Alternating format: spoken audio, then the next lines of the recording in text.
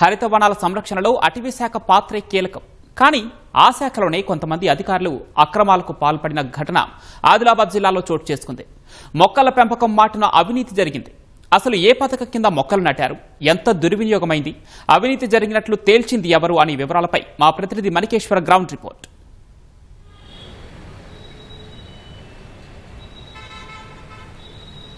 Right Pavan, good evening. అడవుల కిల్లగా ప్రసిద్ధి పొందిన ఆదిలాబాద్ జిల్లాలో మొక్కల పెంపకం మాటున అవినీతి చోటు చేసుకుంది. ఇది అంతర్గతంగా తేలిన ఈ విచారణను ఆ శాఖ అధికార యంత్రాంగమే తొక్కిపెడుతుంది. ఆదిలాబాద్ జిల్లాలో 2024, 25, 25, 26 సంవత్సరాలలో ఆదిలాబాద్ జిల్లాలోని 9 అటవీ రేంజ్ పరిధిలోని 208 కిలోమీటర్ల మేర మొక్కలు నాటాలని రాష్ట్ర ప్రభుత్వం కార్యాచరణ ప్రకటించింది. దానికి అనుగుణంగా కిలోమీటర్కు 400 మొక్కలు చొప్పున 2008 కిలోమీటర్లకు 83,200 మొక్కలు నాటినట్టు అటవీ శాఖ ప్రభుత్వానికి నివేదించింది. అయితే కిలోమీటర్కు 6 లక్షల చొప్పున మొత్తం 12,48,00,000 నిధులను కూడా ప్రభుత్వం వెచ్చించింది. అంటే 3 సంవత్సరాలలో ఈ మొక్కలు పెరిగి పెద్ద చేయడం కోసం ఈ ఏడాది ఫలితం రావాల్సి ఉంది. ఈ నిధులను కూడా మొక్కల ఆలన పాలన చూడడము, నీరు పట్టడము, వాటికి ట్రీ గార్డులు ఏర్పాటు చేయడం, ఇదంతా పర్యవేక్షణ చేయాల్సిన బాధ్యత అటవీ శాఖకు ఉంది. ఈ పథకం అంతా హరిత నిధి అంటే ప్రభుత్వ ఉద్యోగుల వేతనాల నుంచి తీసుకునే సెస్సుని ఆధారంగా ఏర్పాటు చేసే హరిత నిధి కింద ఈ పథకాన్ని ఏర్పాటు చేసింది. అయితే తాజాగా ప్రభుత్వం ఆదిలాబాద్ రేంజ్ పరిధిలోకి వచ్చే దాదాపు 21.50 కిలోమీటర్లలో మొక్కల పెంపకం ఎలా ఉందని చెప్పి అంతర్గతంగా విచారణ చేసింది. ఈ 21.5 కిలోమీటర్ల మొత్తం మీద 8,240 మొక్కలు నాటినట్టు అటవీ శాఖ నివేదించింది. అందులో విచారణలో 4,451 మొక్కలు సంరక్షించబడినట్లు, మరొక 3,793 మొక్కలు మాయమైనట్లుగా తేలింది. దీనికోసం ఒక్కొక్క మొక్కకు చూస్తుంటే 1,500 చొప్పున దాదాపు 56,089 లక్షలు దుర్వినియోగమైనట్టు అటవీ శాఖ అంతర్గతంగా తేల్చింది. ఇలా ఒక్క ఆదిలాబాద్ రేంజ్ పరిధిలోనే 59 లక్షలకు పైబడ అవినీతి జరిగినట్టుగా వెల్లడైంది. అట్లాగే ఇచ్చోడ, ఇంద్రవెల్లి, ఉట్నూరు, బేల, బోతు, నేరడిగొండ, బిర్సాయిపేట, సిరిసెల్మ రేంజ్లో పరిధిలో కూడా ఈ విచారణ చేయాల్సి ఉంది. కానీ ఈ వ్యవహారం బయటకు వస్తే అటవీ శాఖ జిల్లా స్థాయి అధికారుల వ్యవహారం బయటపడుతుందనే భయం, కలకలం ఆ శాఖలో వెల్లడైంది.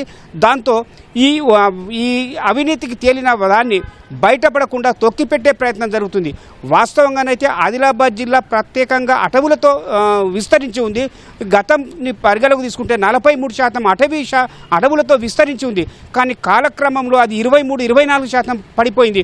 దీన్ని పెంచేందుకు అటు ఏ ప్రభుత్వం కృతనిశ్చయంతో ముందుకు పోయింది.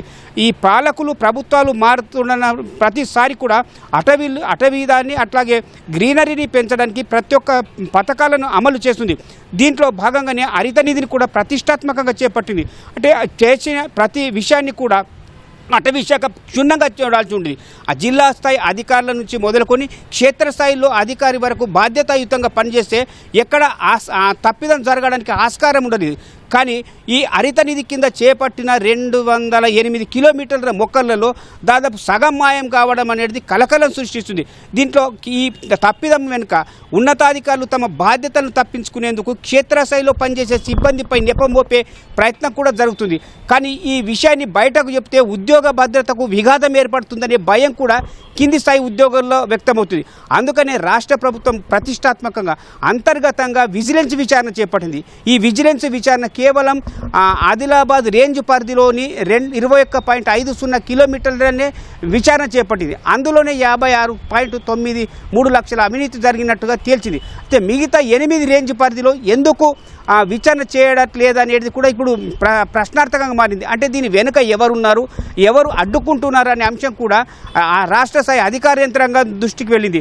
వాస్తవంగా ఉమ్మడి ఆదిలాబాద్ జిల్లాలో గతంలో ఒక CF అంటే కన్జర్వేటర్ ఫారెస్ట్ పోస్ట్ ఉండేది. జిల్లాల పునర్విభజన తర్వాత 2 పోస్టులుగా మారింది. అంటే ఆదిలాబాదు, నిర్మల్కు సంబంధించిన కన్జర్వేటర్ CF పోస్ట్ ఒకటి, కుమరంభీం, ఆసిఫాబాదు, మంచిర్యాల జిల్లాకు CF పోస్ట్ ఒకటి. అంటే ఇప్పుడు ఆదిలాబాదు, నిర్మల్లో జరిగే ప్రతి పని వెనుక నిర్మల్కి సంబంధించిన CF పర్యవేక్షణ ఉండాలి. అంటే అతడు దాదాపు ఉన్నతాధికారి, ఒక రాష్ట్ర స్థాయి అధికారి హోదా ఉంటుంది. కానీ అక్కడ ఆ అధికారుల పర్యవేక్షణ లేకపోవడంతో గతంలో డివిజనల్ ఫారెస్ట్ అధికారులుగా ఉన్న వ్యక్తులే తర్వాత జిల్లా జిల్లా అధికారులుగా మారారు. వారిపైన అజమాయిషీ లేకుండా పోయింది. ఫలితంగా పైగా హైదరాబాదు ఉన్న దూరం 350 కిలోమీటర్లు ఉన్నది. పైగా ఆదిలాబాద్లోని మారుమూల అటవీ ప్రాంతాల్లో ఈ మొక్కలు నాటినకు చూపడము, జాతీయ రహదారులు లేదా గ్రామీణ లేదా ఆర్ఎండ్బి రహదారులకు ఇరువైపులా నాటిన మొక్కలకు ఎక్కడికక్కడ లెక్క తీయడం కష్టమవుతుందనే అభిప్రాయం అటవీ శాఖ జిల్లా స్థాయి అధికారులు ఉండడంతో ఈ అవినీతికి ప్రధాన కారణంగా కనిపిస్తుంది పవన్. అంటే వాస్తవంగా దీన్ని 2 సంవత్సరాల్లో ఈ మొక్కలను సంరక్షించడము, 3వ ఏట దాని ఫలితం రాబట్టాలి. ఇదే హరిత నిధి యొక్క ప్రధాన లక్ష్యం.